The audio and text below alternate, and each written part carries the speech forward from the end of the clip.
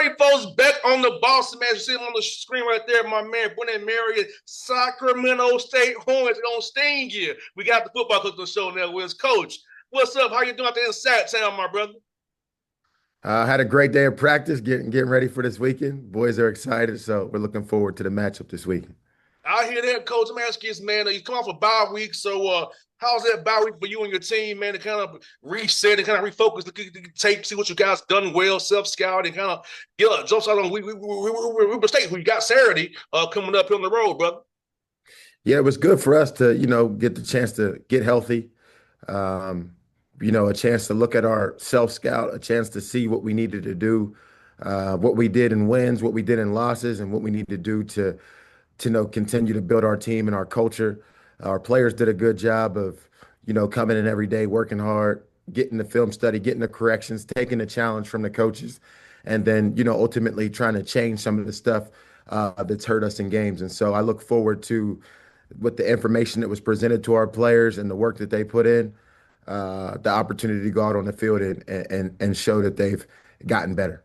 No doubt. And just having a first year head coach like yourself, man, talk about setting the culture for your team, man, through the spring and summer here, now through fall camp, playing 5 games now. So talk about the cultures you want to set and development of these young men from when you got them in January and spring to now. Yeah, really for us is about a transformational process here. Guys that, maybe had been thrown away at their last school, not given the opportunity elsewhere with the JUCO guys that we have, or revamp and revitalize, from that standpoint. So for us, our culture is about really guys that love football, and really what that takes is, the love for the game will really make you be a better person in all the other aspects, So we spend a lot of time on developing these guys' character, who they are as people, who they're grateful for, and what they're grateful for in each and every day. And just really what their why is, like having a purpose about yourself, being a complete man. So when you get out here, you can be a great dad, a good husband, and be a positive influence in society. And so for us, I think we've done a really good job at that, of not being so transactional the way college football is right now, being more transformational and making sure we get these guys in the right headspace to be effective citizens in the community. Um, Now it just needs to translate to wins on the field. But I think when you're making sure the locker room is clean, making sure the toilets are flushed, making sure your locker's in order, making sure you're going to class, making sure you're not getting in trouble off the field, and you're doing all the little things right, eventually the big things will happen for you. And coach, talk about this being process oriented, not so much results oriented, because I feel like if the process is the right process, the wins will come. Talk about keeping your guys more so on the process of it, knowing that the wins will come if we keep staying true to our process of how we do things here in Sacramento State.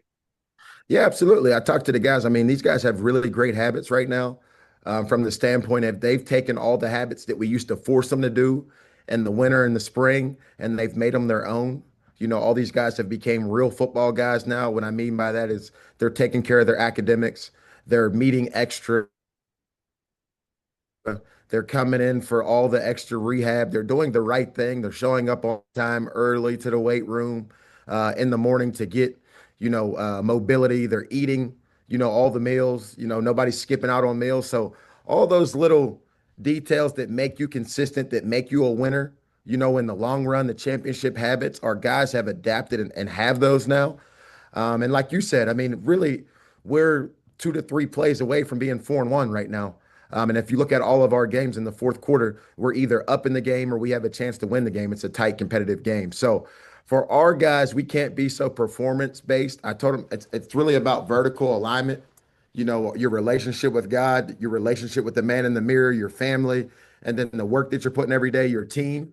Because it's consistent, eventually that routine will pay off for you.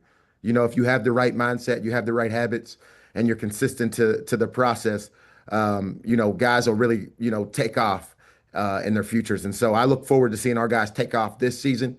I still believe one great year can change our life, and we have the opportunity to still have a great year this season.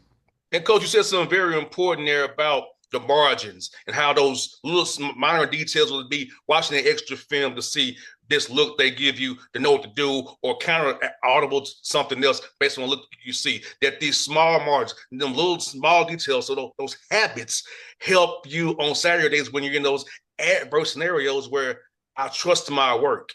I know mentally I've had these reps in my head. I've seen this look before. I know how to play this look. So talk about that was having that little attention detail, those small, minute things that affect when that fans don't really see that you and I would see, but they don't understand those small details that determine these small margins of wins and losses on Saturdays.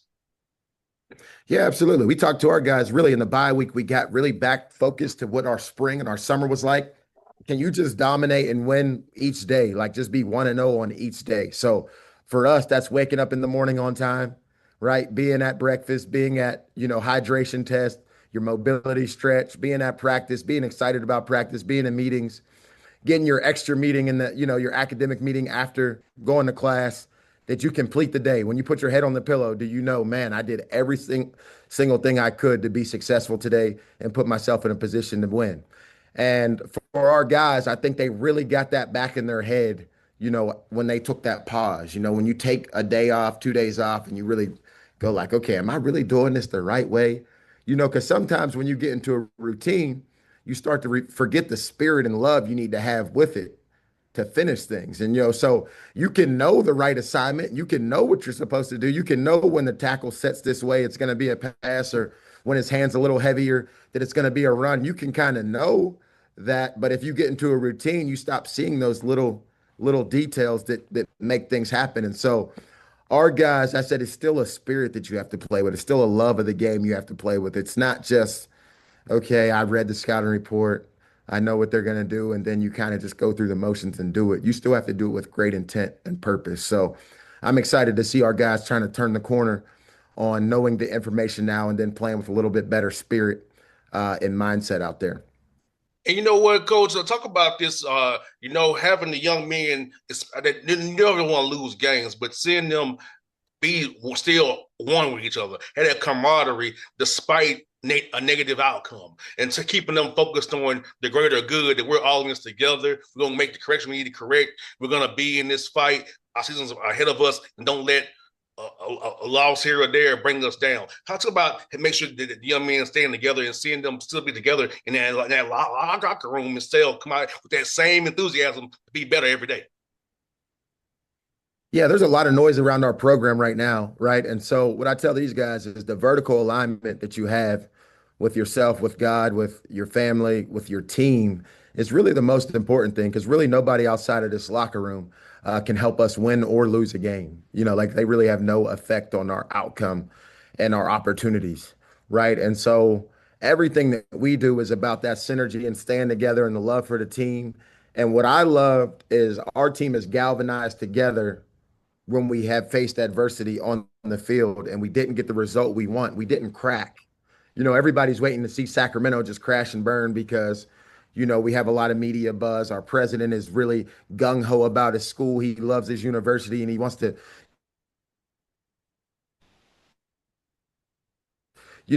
has a lot of energy about it, which anybody who went to their school, they should have a lot of energy about their school, 100%. right? And so a lot of people, even in the community here, would like to see us fail. And really what I tell the guys is that has no effect on how we play the game. They have nobody's going to come on the field and play for us or stop us from playing. So really we can't determine what people are saying on social media, what people around us don't like or have a problem with.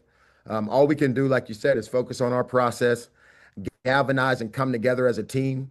I always say losers complain, that old Bill Parcells quote, they point fingers and complain. Winners assemble as a group. They come together and find a way to win with no excuses. And so that's what we have to do. We have to find a way to come together in spite of everything that's going on around us. And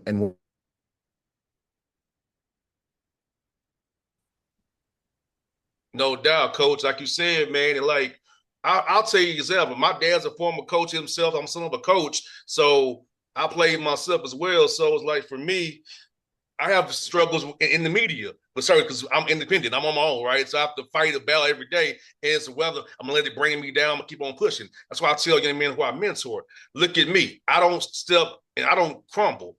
I'll find a way to get where I got to get in the media space, despite being my own man.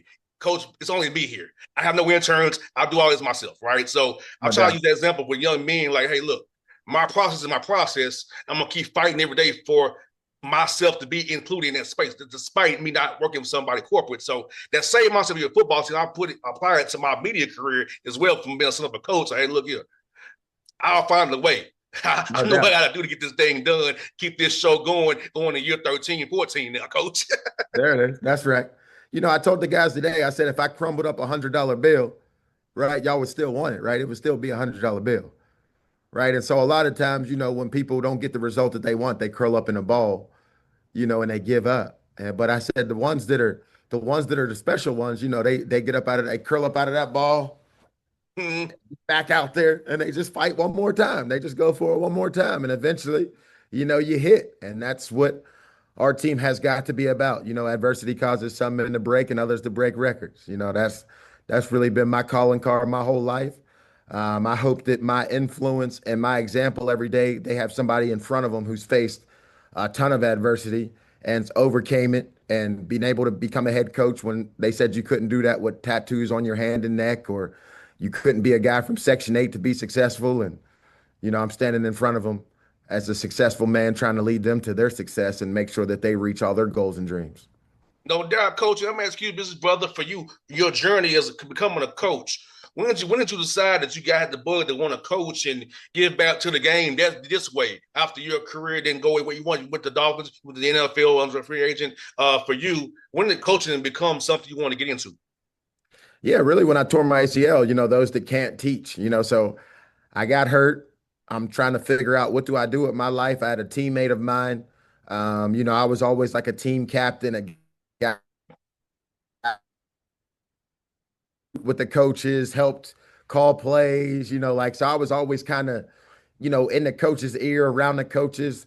I've been in football since I was 5, like it's really just my DNA. It's who I am, from being from Pittsburgh growing up, just football is, really it for me. I've always just loved everything about the game. And so, when I was sitting there hurt as a rookie, collecting a whole bunch of money, not doing nothing, laid up, partying every day, one of my friends said, "Man, you should go try coaching." And I'm like, "Man, I'm not coaching right now. I'm living good. I got 3 cars. I'm getting money. Like life is good from the standpoint of the materialistic world, the outside, But internally, I was hurting, and I needed something to level me out and get me right. And the first day that I went out on the field and I helped a program at James Logan High School in the Bay Area where I was rehabbing my knee at. The first day I went on the field, every single kid looked at me like, "Man, coach, help me. Like, you got any drills for me? Can you teach me that stuff that you know from the NFL?" And I was still in the NFL at the time on injured reserve. And, that day that I walked on the field, I knew that's something that I wanted to do for the rest of my life. Like the ability to help people and put them in better situations than when they started. When somebody gives you a goal of there's just something about that for me that makes me just feel like I can't sleep at night till I help them reach that goal. And that's been my calling card, is just making sure that the people that I'm responsible for get the chance to live their dream.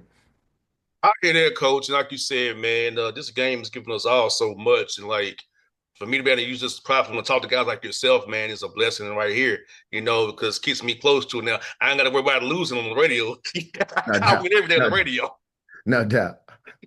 But yeah, man, and like for you, talk about preparing to becoming a D1 head coach. Like when you're an assistant coach, I know you're loyal to your head coach, but how do you go about preparing yourself for opportunity when it comes knocking for you, like it did at Sacramento State? So how do you kind of prepare for this opportunity that you have right now? Yeah, for me, it was kind of a different way of doing it. I was a high school head coach first. So I always say, like, think with the end in mind. I became a high school head coach after being an assistant high school head coach for 2 years, became a high school head coach for 2 years. Then I got into the college game as a GA at Arizona State for Coach Todd Graham and Mike Norvell, who I played for at the University of Tulsa. Then went to a D2 and then just kind of worked my way up the level, worked my way up the ranks until I got to a position where, like you just have to be really good at your job. It doesn't matter where you're at. Like a lot of people don't understand the ability of like you network and you get to meet people. Your gift opens up doors for you. And so if you cultivate, then you start to meet people and you start to build a network and your name starts to get hot and starts to, you generate some momentum. And, really that's what put me in a position to be here. I just had over time of being an assistant coach in college football for, some great head coaches at some great universities. I got a chance to work at, Howard, William and Mary, Pitt, Hawaii, Arizona State, Texas, UNLV, that my name had built enough momentum from the success that my players had and, the ability to help.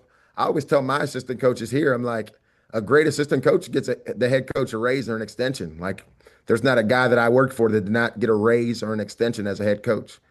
And regardless if I was the best assistant coach or not, I made sure that I put that guy in a position to feed his family and give him, more opportunities. As a head coach, I think that's what a great assistant coach does. He's not necessarily a yes man. He's a man that puts the head man at the top. Puts him, you know, uh, that old. I'm a military kid by the way I was raised. So for me, it wasn't about trying to outshine the captain. It was that I'm on the boat. I'm going to enjoy the journey, and I'm going to make sure everybody knows the captain's name. I hear that, And coach. so, um, you know what I'm saying? So that was really what my whole focus was on, just making sure that everybody knew in the country, wherever I was working at, that head coach was going to be the hottest head coach in America. And, ultimately over time, that built momentum in my name. And when his job came around, I met the president here and we had great alignment. He's a foster kid who, went from really nothing to something, had a great story. He's really passionate about this university in this community, and he wants to see it at the highest level. And I don't want to work anywhere where somebody's not committed to, trying to go get it and be hungry. And he's very hungry, President Wood and our athletic director, Mark Orr. I could see the hunger in their eyes, and we connected and had great synergy. And I was blessed to take this job here in Sacramento. And you know what's cool for you be out there, Sacramento? My buddy Mike Bibby. Well, I covered Atlanta Hawks too, so I covered Mike Bibby in Atlanta. And my man Mike Woodson is now associate head coach with the Kings. So I want to be coming out there when the Hawks play the Kings. I'm going to come out there. I'm going to come see y'all, all y'all while I'm out there. I'm offline. But yeah, man, Sacramento's hot right now. The capital city of California got some improvement. All your brothers out there doing your thing. No doubt, no doubt. Mike Bibby, that's my dog, man. That's a great dude. I know that basketball team gonna be right. He got some great players in. It's going up in Sacramento for sure. I got a few more for my good brother. Let me ask you this: for the young recruits watching this interview today, tell them what do you look for in a player when you go kind of look at them on film or go watch them live. What are you gonna look for in a young man that's potentially may be a fit for what you're building out here at Sac State?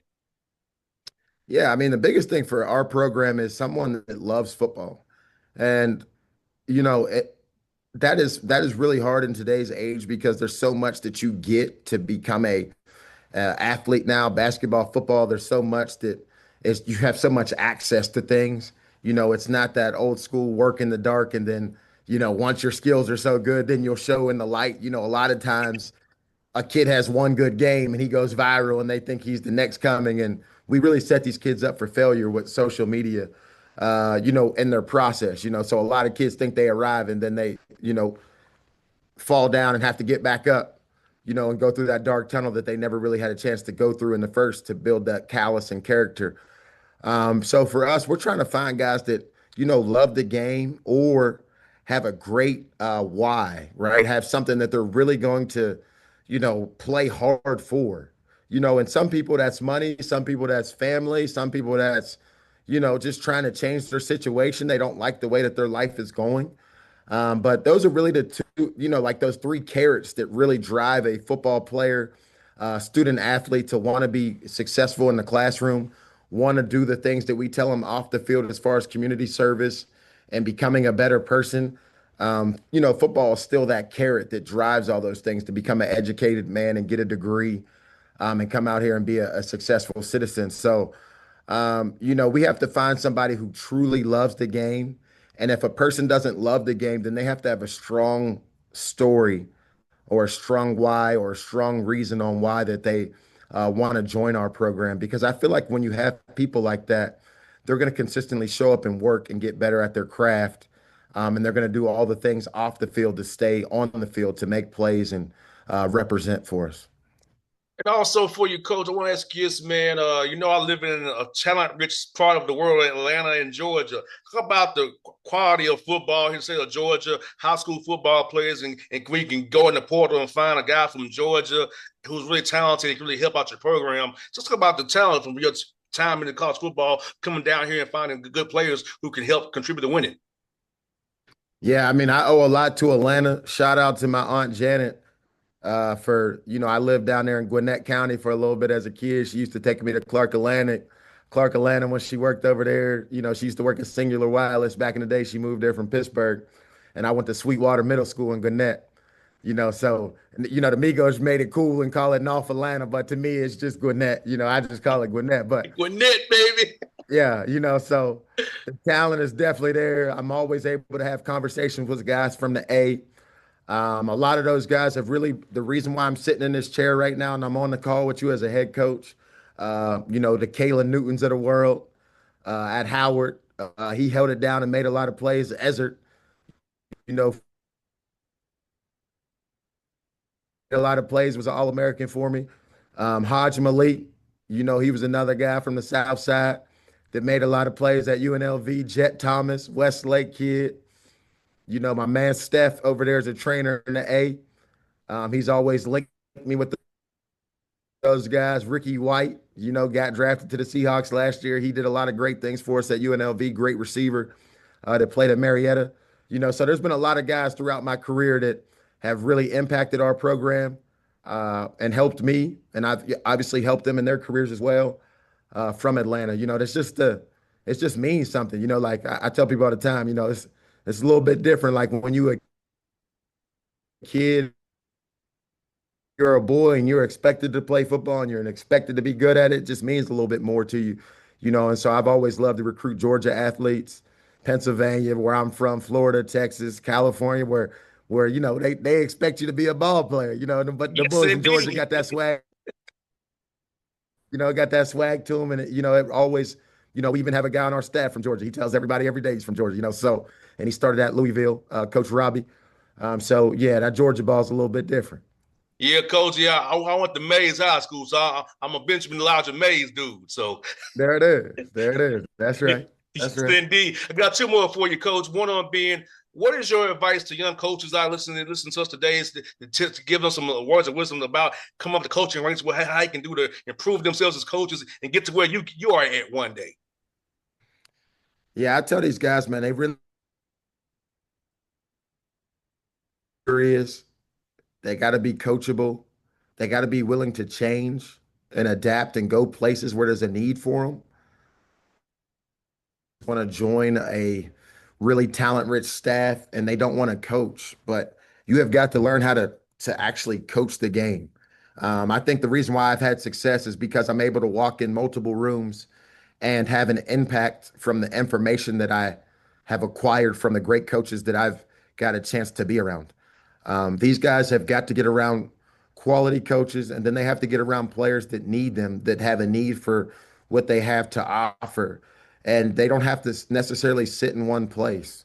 There's multiple places where the game is played. There's over 13,000 high school programs. There's million D2s, D3s, FCS, FBS, and group of five. Like there's all types of programs that could utilize you. Just getting in the building is hard. Once you're in the building, it's about that impact and influence you can have, but really that knowledge that you can acquire. My grandfather used to always tell me, take everything that you like from each program, put it in a book, and be ready when you run your own.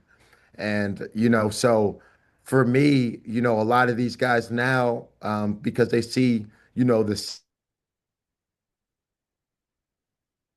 understand that long process, that long journey that it takes. coaching is not a get rich quick scheme. It is a long journey to get where you at. Everybody says you're the young coach. I'm like, man, this is like year 15, year 16. I've Yes. really been in this game a long time, but they think it happened overnight. It's been a long grind to get here. It's been a lot of change, a lot of curiosity, a lot of acquiring information, and then staying coachable. It's been a lot of hard days. Listen, I know more football than you can, and you got to take that. And you got to learn from guys that have been in the game 20, 30 years and get the information that they know, extract the information. So, I'm always looking forward to learn the next young coaches that are coming up that are hungry, that want to change and change the game and adapt the game. But I think guys got to stay curious. They got to be able to change and adapt, and they got to stay coachable to the guys that have done it before them. You got to pave the way for you. And last one for you, coach. Without giving away the game plan too much, what are you seeing from Weber on film this week, man? Yeah, I think they have an explosive running back on the offensive side of the ball, a really good offensive line, a left tackle, and a right guard that can really move people. Their left tackle does a good job. He can win on an island. He doesn't let people get around him. They have a receiver, number 4, that I like, has speed. A one-play drive guy can take the top off of it. And then they have a guy, I think his number is 87, that can catch fades really well. Their coaches do a really good job of running plays that their guys can execute at a high level. Coach Mantle and the staff over there do a really good job. On the defensive side of the ball, they have some DBs on the corners that can really lock you up man to man, can play on the island. On the interior, I think they have 2 defensive ends that really get after it. 1 and 17 really can make solid pass rush moves off the edge. Number 0, their middle linebacker. I like the way he plays the game. He has an old school mentality, come downhill and really will bring it to you. And then they have a safety, number 24, that I like, that can make some plays. So I think schematically they do a good job of putting their guys in a position to make plays. And then they have guys that can actually make those plays. And then, I just think that, it's a tough place to play going to Utah. So we got to be on our P's and Q's. We got to be ready for a dogfight, and we got to go out there and earn it. No doubt, Coach Marion. It's been a pleasure to have you on the show, man. Like I said, I got to get up with you when the Hawks come play the Kings. I got to get up with you, my brother, for sure, my guy. Absolutely. Appreciate you, man. Can't wait to meet you when you get out here. Anytime, bro. It's fun. All right, now.